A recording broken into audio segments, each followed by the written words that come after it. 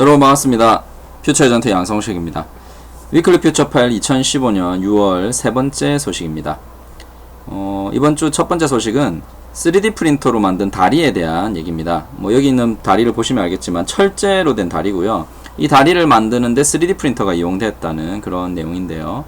네덜란드에 있는 그 3D 프린팅 기술 전문 스타트업 MX3D가 특수 설계한 장비로 이렇게 만들었다고 합니다. 3D 프린터가 이제는 집도 만들고 다리도 만들고 여러 가지 우리가 만들 수 있는 게 많아지고 있는데요. 재료도 다양해지고 있고 점점 이 기술이 진화하면 정말 3D 프린터로 만들 수 없는 게 없는 시대가 되지 않을까. 그리고 가정용 3D 프린터도 우리가 조금 더 다양하게 활용할 수 있는 그런 시대가 되지 않을까 싶고요. 아직은 먼 미래라고 생각할 수 있지만 실제로 기술의 진화 속도가 빨라지기 때문에 여러분도 곧 집에서 가정용 3D 프린터를 저렴하게 사용할 수 있는 그런 시대가 올 거라고 저는 믿어 의심치 않습니다.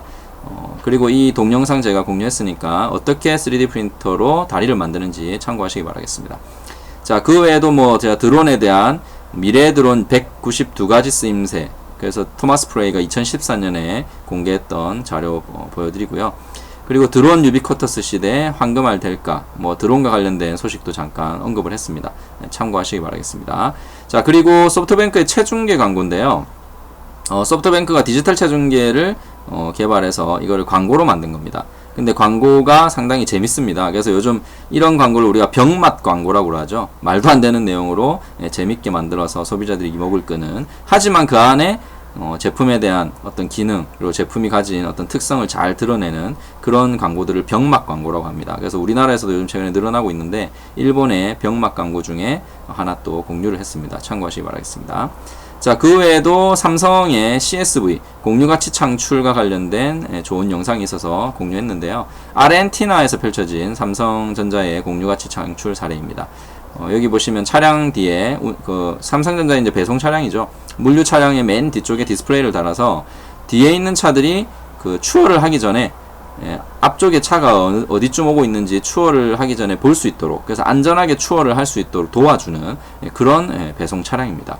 그래서 이런 걸 바탕으로 이제 사고도 줄일 수 있고 소비자들 하여금 삼성전자에 대한 좋은 이미지도 만들 수 있는, 그래서 이 삼성전자의 공유가치 창출 사례 한번 공유를 했고요. 그리고 카이스트 미래전략연구센터에서 2015년 2사분기 미래보고서가 발간되었습니다. 이 발간된 자료 여러분 온라인으로 PDF 파일로 다운받을 수 있는 거 제가 공유를 했으니까요. 참고하셔서 보시면 되겠습니다. 자, 그리고 자기개발과 관련된 내용인데요. 2020년에 요구되는 가장 중요한 업무 스킬이라는 해외 자료가 번역된 자료가 있어서 간단하게 소개를 했습니다. 6가지 트렌드 이슈가 뭐냐, 이 2020년에 요구되는 가장 중요한 업무 스킬과 관련해서 6가지 주요 트렌드가 뭐냐, 바로 고령화, 스마트 기기, 그리고 컴퓨팅, 그리고 뉴미디어 생태계, 그리고 고도로 구조화된 조직, 그리고 글로벌 네트워크, 이런 트렌드 이슈 때문에 2020년에는 앞으로 이런 10가지 업무 스킬이 중요해질 거다. 그래서 의미 부여, 사회지능, 그리고 새롭고 적응적인 사고, 다문화 역량, 그리고 컴퓨터적 사고, 그리고 뉴미디어 사용 능력, 초학문적 능력, 그리고 디자인 마인드, 인지적 부하 관리, 가상 협력, 이런 내용에 대해서 있는 자료를 공유를 했으니까요. 원문 자료도 있으니까 참고하시기 바라겠습니다. 그리고 미래 교육과 관련해서 제가 최근에 이제 이 아이들, 저도 아이를 키우다 보니까 아이들의 미래에 대해서 고민을 많이 하는데 관련된 좋은 자료들이 있어서 또 그거 공유를 했습니다. 언론인이시죠, 유명하신 서화숙 씨. 이 서화숙 씨가 쓴 칼럼이라고 하면 칼럼인데요. 한국 수학은 수학이 아니다. 칼럼보다는 이 서화숙 씨가 관련된 행사에 참석하셔서 자기가 생각하는 이 수학에 대한 이야기를 하신 거를 인터뷰처럼 이렇게 기사화된 겁니다. 그래서 이 언론인 서화숙 씨가 얘기하는 한국 수학에 대한 문제, 그리고 수학은 어떻게 해야 되는지, 그리고 아이들의 수학에 대한 관심이 왜 중요한지 앞으로 그런 내용들을 담았고요. 공부하는 아이보다 노는 아이가 성공할 확률이 높다라는 기사도 있어서 공유를 했습니다. 그리고 대한민국 스마트폰 개발보다 전통 문화와 역사에 집중해야 된다라는 내용도 있어서 외국인의 시각에서 본 자료도 있어서 좀 이렇게 공유를 해봤습니다. 자, 그리고 유명한 미래학자이신 토마스 프레이, 최근에 국내에서 와가지고 활동을 많이 하시면서 좀 유명해지셨는데, 토마스 프레이가 말하는 저출산 재앙, 바로 한국의 저출산 고령화. 근데 이 문제는 한국인의 재능과 의지로 극복을 할 수 없다. 결국은 이건 대세다. 어쩔 수 없는 부분이다. 이런 내용을 가지고 있는 기사입니다. 그래서 이걸 그 재능과 의지로 극복을 못하지만 앞으로 이러한 부분에 대해서 우리가 생각하면서 위기와 그리고 새로운 기회를 생각해봐야 되는 그런 내용이라고 보시면 될 것 같고요.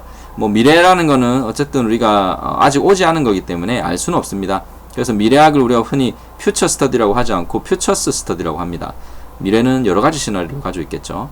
하지만 어느 정도 다양한 자료와 데이터를 바탕으로 조금은 객관적인 미래를 볼 수 있는 분들이 바로 이 미래학자들인데요. 이런 미래학자들이 하는 말 절대 그냥 놓치면 안 되고요. 이분들의 말을 좀 이렇게 귀담아 들을 필요가 있습니다. 그래서 여러분도 이걸 보시면서 미래에 대한 생각 하시면서 준비를 하시기 바라겠습니다.